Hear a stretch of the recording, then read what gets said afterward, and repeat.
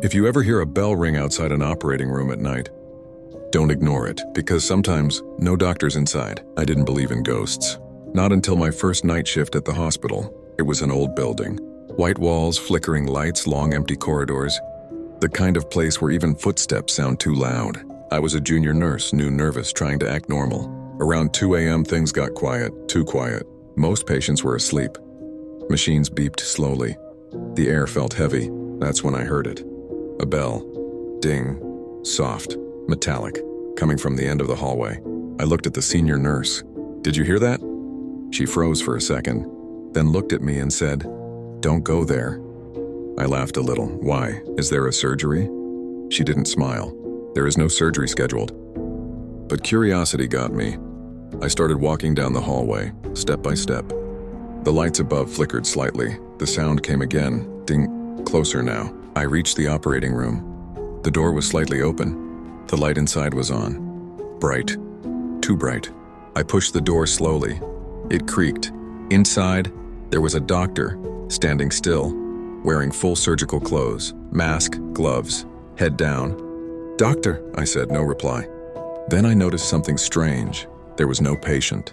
The operating table was empty, but the tools were laid out, perfectly arranged, as if surgery was about to start. The bell rang again. Ding. But this time, it didn't come from the hallway.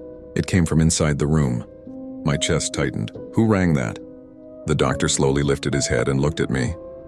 His mask was covered in dark stains, old, dried. "You're late," he said. My stomach dropped. Late for what? He slowly raised his hand and pointed at the empty table. "For your surgery."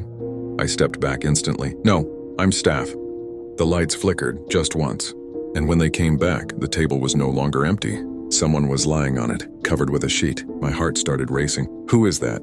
The doctor tilted his head slightly. "You don't recognize yourself?" My blood ran cold. The bell rang louder now. Ding, ding, ding. Suddenly, the door slammed shut behind me. I ran to it, pulled it, locked. When I turned back, the doctor was closer, much closer. "You shouldn't have come," he said. The sheet on the table slowly moved, like someone underneath was breathing. I shook my head. "This isn't real. This isn't real." Then the sheet slipped, and I saw the face. It was me, eyes closed, skin pale. I couldn't breathe. The doctor whispered. Every night we finished the surgeries we couldn't complete. The bell rang one final time. Ding! Everything went black. The next morning, they found me unconscious in the hallway. I asked the senior nurse, "What happened in that room?" She stayed silent for a long time, then said quietly, "Years ago, a surgeon lost a patient during surgery. He kept saying the operation wasn't finished. So he came back at night, again and again, trying to complete it." I felt my hands shake. "What happened to him?" She looked at me. "He died in that same operating room." I swallowed. "Then who was ringing the bell?" She didn't answer. Instead, she pointed behind me. From the empty hallway, I heard it again. Ding.